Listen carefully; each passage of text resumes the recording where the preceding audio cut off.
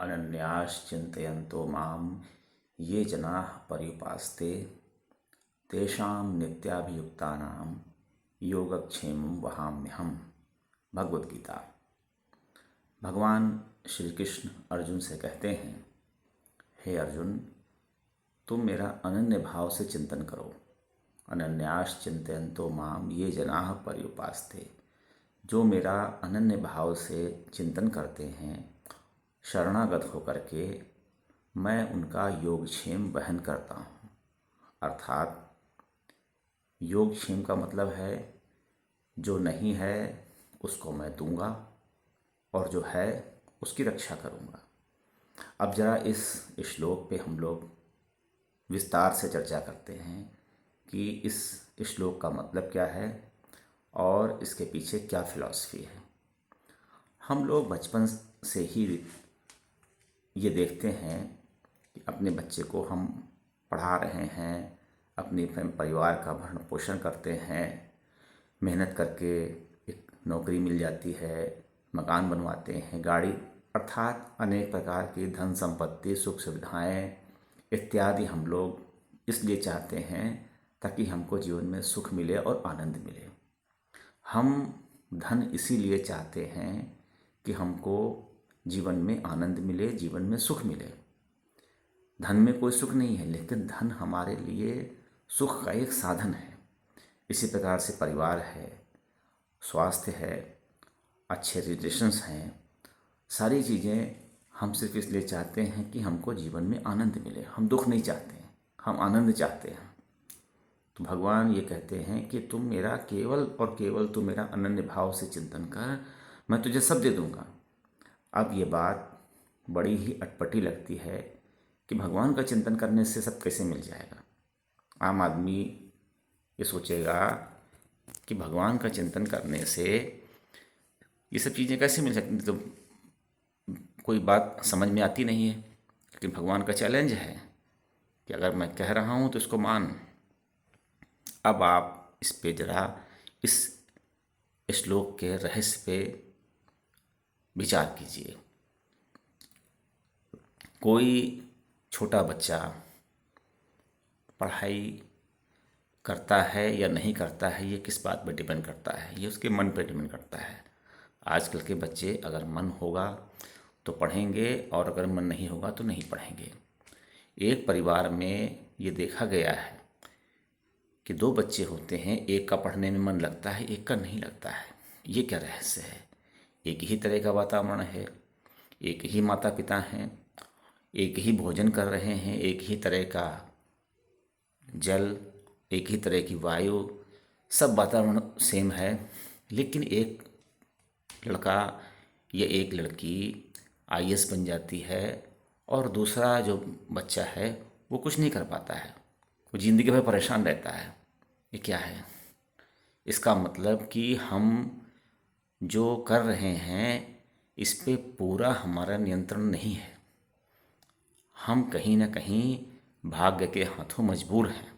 और माता पिता, सबसे बड़े आश्चर्य की बात है कि माता पिता बच्चे को पढ़ाने में अपना पूरा जी जान लगा देते हैं, उसके बाद भी बच्चा कई बार पढ़ता है और कई बार नहीं पढ़ता है। और माता पिता परेशान रहते हैं कि इसको मैंने इतनी बढ़िया बढ़िया कोचिंग करवाई, इसको हमने इतने अच्छे अच्छे कॉलेजेस में भेजा, इतने अच्छे अच्छे टीचर्स के साथ ये रहा और इतना बढ़िया एजुकेशन दी, उसके बाद भी ये कुछ नहीं कर पाया।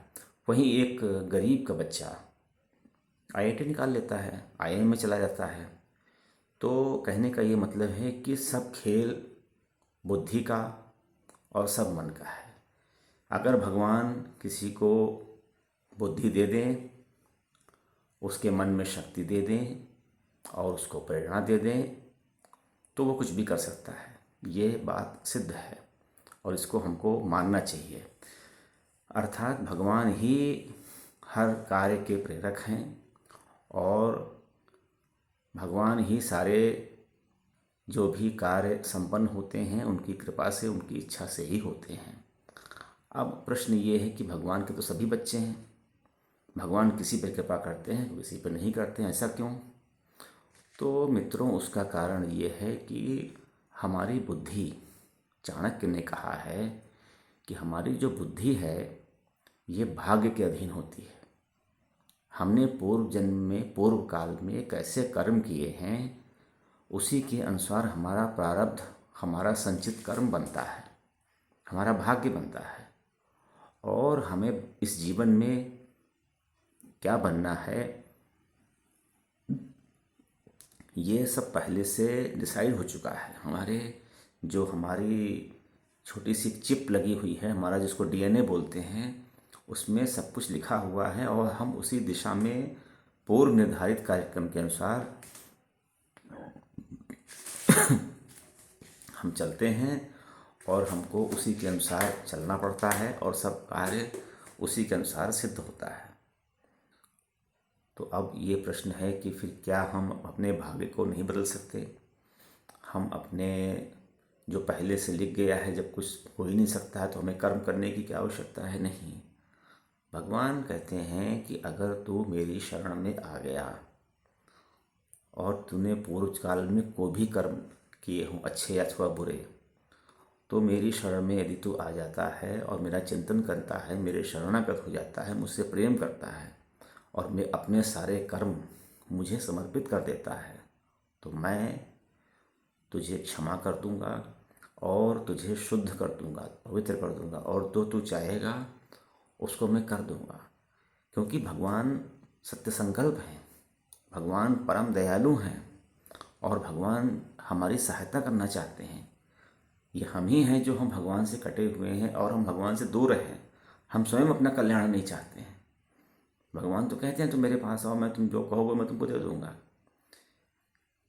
तो इसलिए जो भगवत गीता के इस श्लोक में लिखा है कि अनन्य भाव से चिंतन, क्योंकि चिंतन और भक्ति केवल मनुष्य ही कर सकता है। पशु पक्षी और 84 लाख योनियों में यह सुविधा उपलब्ध नहीं है। तो हम लोग यदि भगवान के शरणागत हो जाएं और भगवान को अपना सब कुछ मान लें और नित्य निरंतर सभी कार्य भगवान को अर्पित कर दें, जैसे कि भोजन करना है तो भोजन करने से पहले यदि हम भगवान को भोग लगा दें तो वो भोजन प्रसाद बन जाएगा, और प्रसाद बनने के पश्चात यदि हम उसको खाएंगे तो वो हम भगवान का प्रसाद खा रहे हैं। और उस भोजन से जो हमारा मन, बुद्धि और इंद्रियां बनेंगी वो दिव्य होंगी और वो स्वाभाविक रूप से भगवान के चरणों में प्रेम को उत्पन्न करने वाले गुणों से युक्त होंगी। तो हमको येन केन प्रकारेण भगवान की तरफ मुड़ना है और भगवान का चिंतन करना है, यथासंभव भगवान की शरण में रहना है और बुराई से बचना है, क्योंकि भगवान का चिंतन इतना आसान नहीं है। किसी ने बोल दिया, और भगवान से प्रेम भी बड़ा दुर्लभ है, भगवान की भक्ति भी इतनी सुलभ नहीं है। भगवान की भक्ति आप तभी कर सकते हो जब भगवान की कृपा हो और भगवान की इच्छा हो। तो इसलिए हम लोगों को सदैव शास्त्रों का और अच्छे लोगों के शरण में रहना चाहिए और अच्छे विचारों का अनुसरण करना चाहिए। तो धीरे धीरे धीरे हमको भगवान के चरणों में प्रेम होने लगेगा, और जब हम भगवान से प्रेम करेंगे तो भगवान तो हमसे प्रेम करते ही हैं। वो तो हमारे सखा हैं ही, हमारे हृदय में बैठे हैं, अंतर्यामी हैं, सारे विचारों को नोट करते रहते हैं। तो भगवान की कृपा होगी और कृपा होने से फिर हमें जो भी हम चाहते हैं, हमारी मनोकामना भगवान पूर्ण करेंगे।